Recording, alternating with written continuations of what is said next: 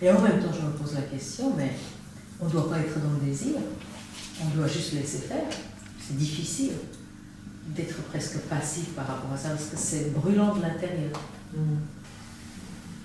C'est qu'en fait, cette aspiration pour l'éveil, pour l'ouverture du cœur, je dirais même pour vivre des relations qui sont riches, nourrissantes, harmonieuses, dans une passivité très grande, on peut nier ça, j'ai pas d'intention, je ne veux rien, je suis, tu vois, et moi ce genre d'étalage complètement absurde de quelqu'un qui reconnaît pas ce qu'il porte, ça ne me touche pas pour ne pas dire que ça m'énerve. Ce serait de spiritualité mollasque, de mollusque. Et d'aller par terre comme une flaque, tu vois, et je laisse faire, et je laisse faire, et je laisse faire, mais tu ferais mieux de te redresser plutôt que de laisser faire. Bon. Ça, c'est moi que j'assume. Ça, je résonne avec toi, peut-être, je trouve ça. Comment tu dis? C'est peut-être pour ça que je résonne avec toi. Ben oui. La vérité, c'est que j'aspire à l'éveil. Ben, c'est la vérité. Et j'aspire à l'éveil. Et j'aspire à ouvrir mon cœur, et de plus en plus, et de plus en plus, et de plus en plus. Ça, c'est la vérité.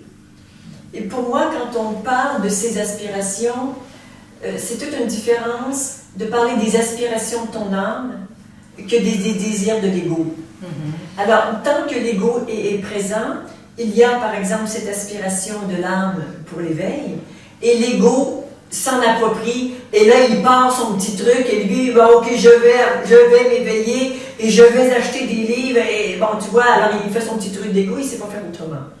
Et on peut juste prendre de la distance et voir tout ça, et s'en amuser, et savoir que quand cette aspiration, elle est vraiment reconnue au niveau de l'âme, parce qu'elle est toujours aux deux endroits en même temps.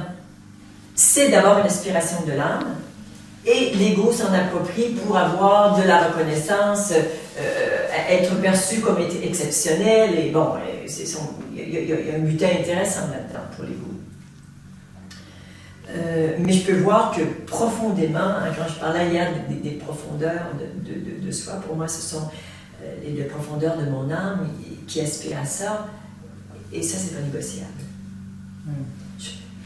Je ne peux pas changer les aspirations de mon âme.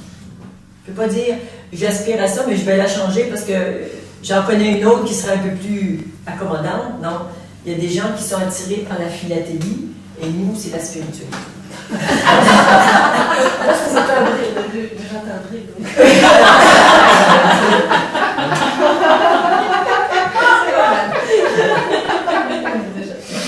est tous timbrés.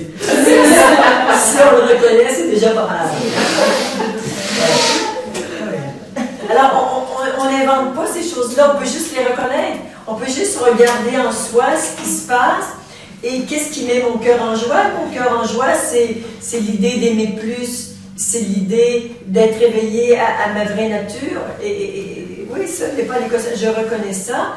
Et en même temps, quand c'est une aspiration de l'âme, il y a aussi cette disponibilité, ça se fera quand ça se fera.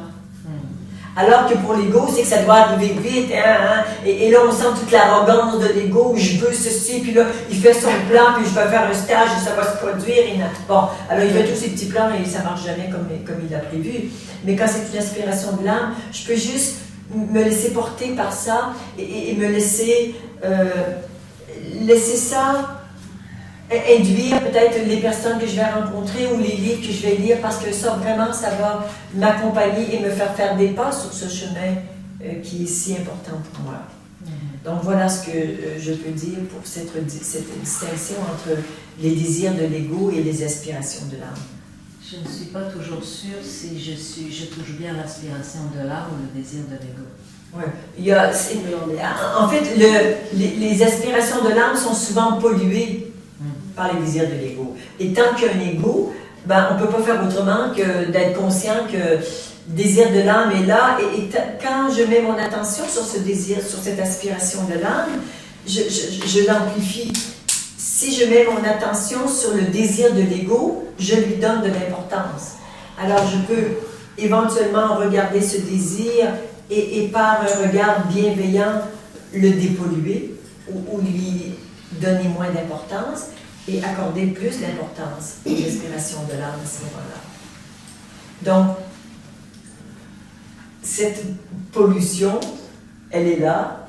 Eh bien oui, elle est là, c'est la réalité et ça va être comme ça encore pour un petit moment. Et c'est pas un souci.